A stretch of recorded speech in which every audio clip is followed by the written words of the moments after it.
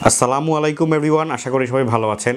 তো আজকের ভিডিওতে আলোচনা করব আমার সেই সব ভাইদের নিয়ে যারা এখন দেশের বাইরে যাচ্ছেন বা দেশের বাইরে যাওয়ার জন্য চেষ্টা করতেছেন এবং সেই উদ্দেশ্যে কোনো এজেন্সিকে হয়তো বা টাকা দিয়েছেন, কিন্তু আলটিমেটলি দেখা গেছে সেই এজেন্সি আসলে একটা ভুয়া এজেন্সি।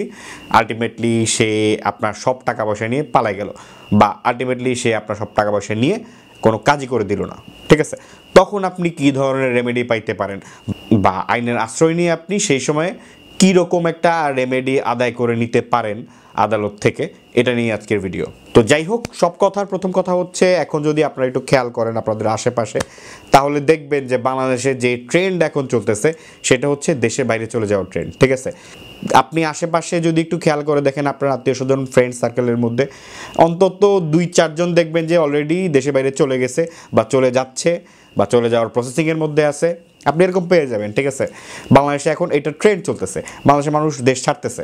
ঠিক আছে, তো এই ট্রেন্ড যখন বেড়ে গেছে, অর্থাৎ মানুষ যখন দেশ ছাড়তেছে অনেক বেশি, তখন আরেকটা অপরাধও বেড়ে গেছে, সেটা হচ্ছে ভুয়া এজেন্সি। ঠিক আছে, অর্থাৎ এখন মানুষ যখন দেখতেছে, এখন বাটপাররা যখন দেখতেছে যে মানুষ দেশের বাইরে যাওয়ার জন্যে হাত খুলে টাকা দিতেছে, তার সমস্ত সম্পত্তি যা কিছু আছে বা শেষ সম্বল যা কিছু আছে সেটা বিক্রি করে দিয়ে হইলেও এসে টাকা দিতেছে যে ভাই আমার বিদেশ পাঠিয়ে দেন বা বিদেশ নিয়ে যান, যেহেতু দেশে কোনো কাজকর্ম পাইতেছে না, বেকারত্বের হার বেড়ে গেছে। সো তারা তাদের শেষ সম্বল বিক্রি করে এনেও কী করতেছে, দেশের বাইরে যাওয়ার চেষ্টা করতেছে। তো এই জিনিস যখন কিছু দালাল চক্র বা কিছু অপরাধী চক্র দেখতেছে, তারা করলো কি, তারা এখন প্রচুর পরিমাণে এজেন্সি, ভুয়া এজেন্সি খুলে বসছে। ঠিক আছে, তো এবং এইসব এজেন্সির দ্বারা অনেক বেশি প্রতারণা শিকার হইতেছে অনেক অনেক মানুষ। ঠিক আছে, আপনি ঢাকার মধ্যেই খুঁজলে দেখবেন অনেক এজেন্সি আছে এবং অনেক মানুষ প্রতারণা শিকার হইতেছে, টাকা দিতেছে, টাকা দেওয়ার পর এজেন্সি আর কোনো কাজ করে না, এজেন্সি আর তাদেরকে বিদেশ পাঠাইতেছে না। ঠিক আছে, নানা রকমের কথা বলে ঘুরাইতেছে। তো এই ক্ষেত্রে আপনি যেটা করতে পারেন, আপনি বাংলাদেশ দণ্ডবিধির 406 এবং 420 ধারায় ওই এজেন্সির নামে একটা মামলা করে দিতে পারেন, বা এজেন্সির যে মালিক আছে তার নামে মামলা করে দিতে পারেন। ঠিক আছে, কোন ধারায়? বাংলাদেশ দণ্ডবিধি 1860-এর 406 এবং 420 ধারায়। ঠিক আছে, কেন এই ধারায় মামলা করবেন? এখন আপনি তো তারে বিশ্বাস করে আস্থা করেই টাকাটা দিছিলেন, তাই না, যে সে আপনাকে বিদেশ যাওয়ার ব্যবস্থা করে দিবে, সে অতটুকু নিশ্চয়তা দিছে দেখেই আপনি তারে টাকা দিছেন, কিন্তু সে এই টাকা নিয়ে আপনাকে বিদেশ যাওয়ার ব্যবস্থা করে দিতে পারে নাই, বরং সে এই টাকা আত্মসাৎ করে ফেলছে। তাহলে এটা কি হইল?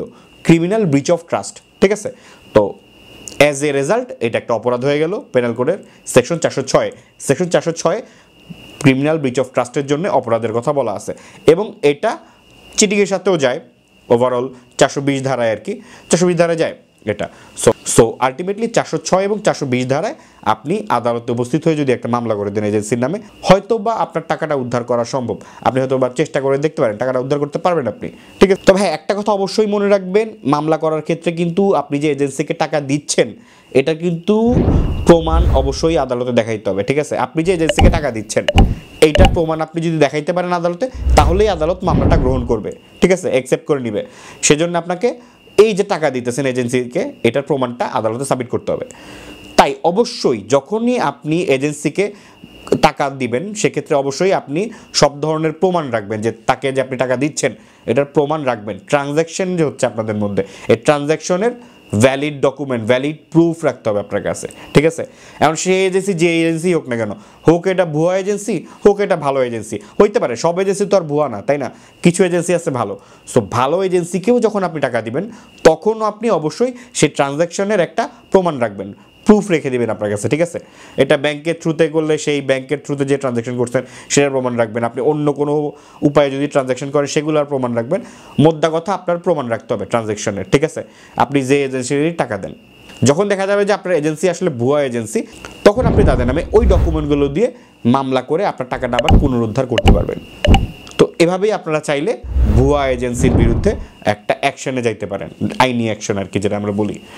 তো যাই হোক, আজকের ভিডিও এই পর্যন্তই, দেখা হবে নেক্সট ভিডিওতে। টিল দেন, আল্লাহ হাফেজ।